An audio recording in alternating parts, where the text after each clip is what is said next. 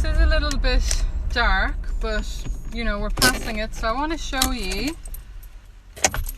that for anyone that doesn't know, and for all of you that do know, Ireland had a terrible famine.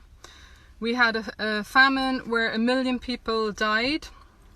A lot of people escaped Ireland to go to America, and we had a failed crop, which was potatoes. And at the present time, with everything that's going on in the Ukraine, and I see these people fleeing their country, and people say, should we help them, should we not help them?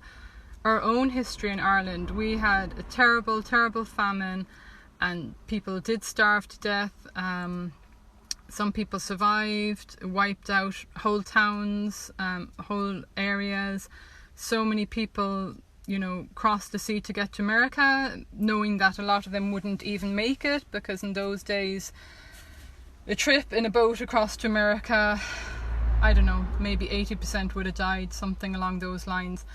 So getting back to my point is that we have a famine graveyard here, and I'd like us to just have a little look at the famine graveyard, and we can just go in and just maybe show a little respect to the people that have passed and been buried in this famine graveyard. So I'll safely try to get out.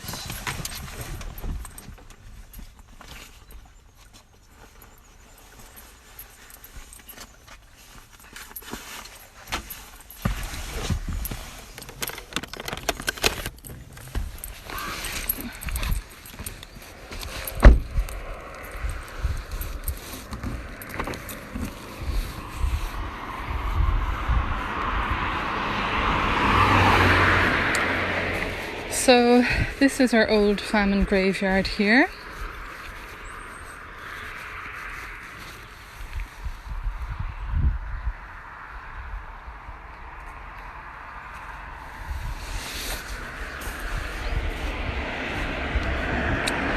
And the Great Famine in Ireland was 1845 to 1995. Wow, that was a long time actually.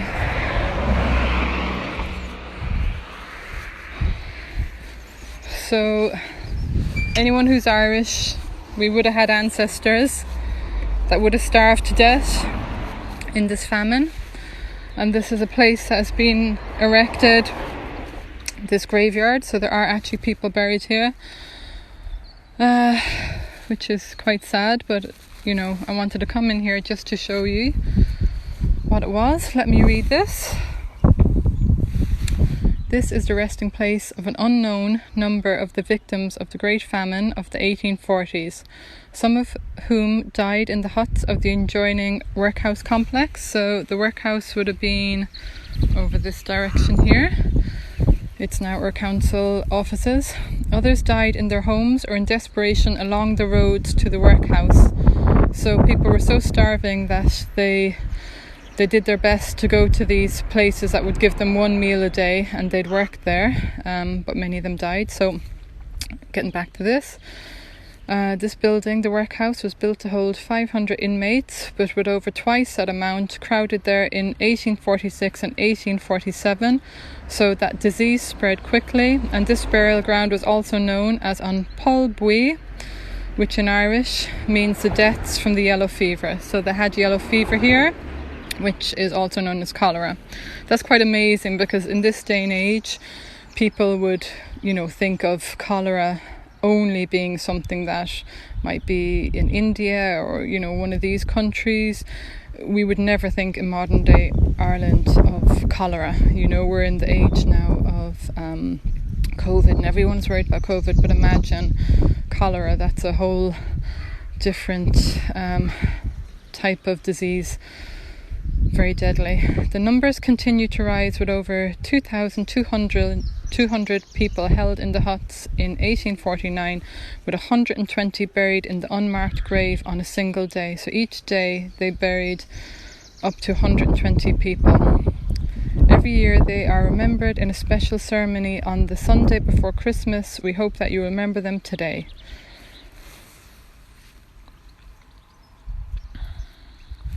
So that's quite sad, guys.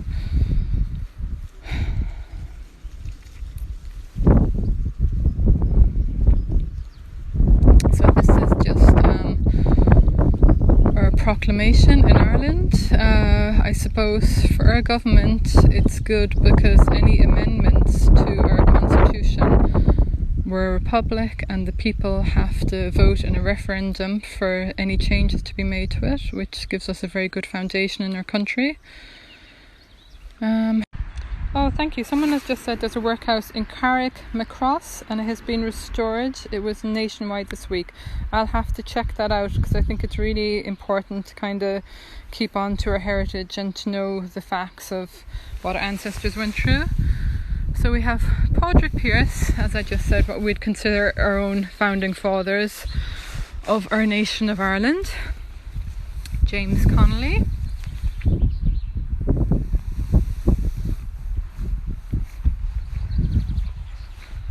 Thomas Clark,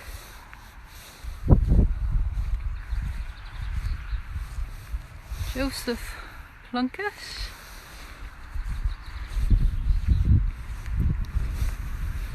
Sean McDermott, and I presume these are all of the founding fathers of creating the Constitution. Thomas MacDonagh, and for fighting for our independence. ʻmዀoːʰint, is that how you pronounce it? I'm not 100% sure. But looking at this now and looking at, you know, as I said, the way the world is, and in war-torn countries, no one wants to see war, no one wants to see fighting or any type of disputes. But I suppose that's easy to say when we ourselves in Ireland, we have our own freedom. We fought for our freedom, and you know, we fought for a better Ireland so that we wouldn't have to go through anything like that again, that famine. And we have put in ground rules in the Constitution that protects us forevermore and protects our children. So people did die to get that, people did sacrifice to get that. So in peaceful times in our own country, it's good to remember that we were like other countries too that had to go through such hardships to get it.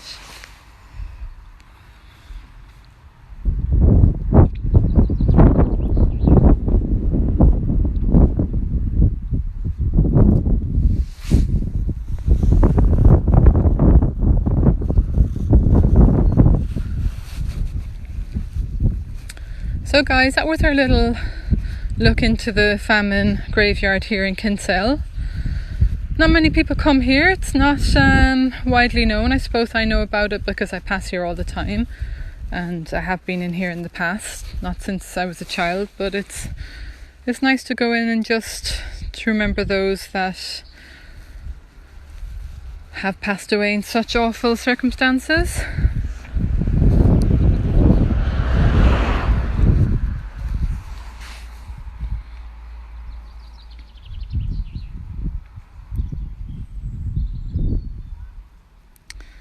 Okay, and this person has also said that, I'm just going to look through, the workhouse in ʻɡɔɾЫng.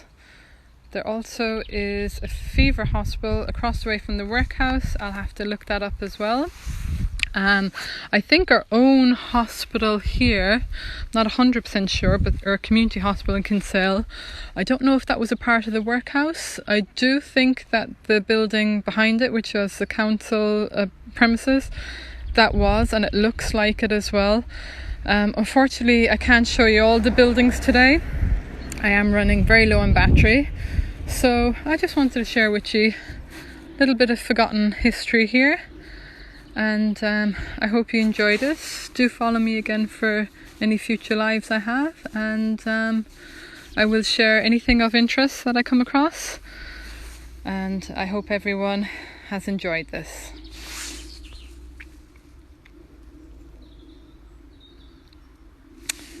Thanks for joining me, everyone. Take care.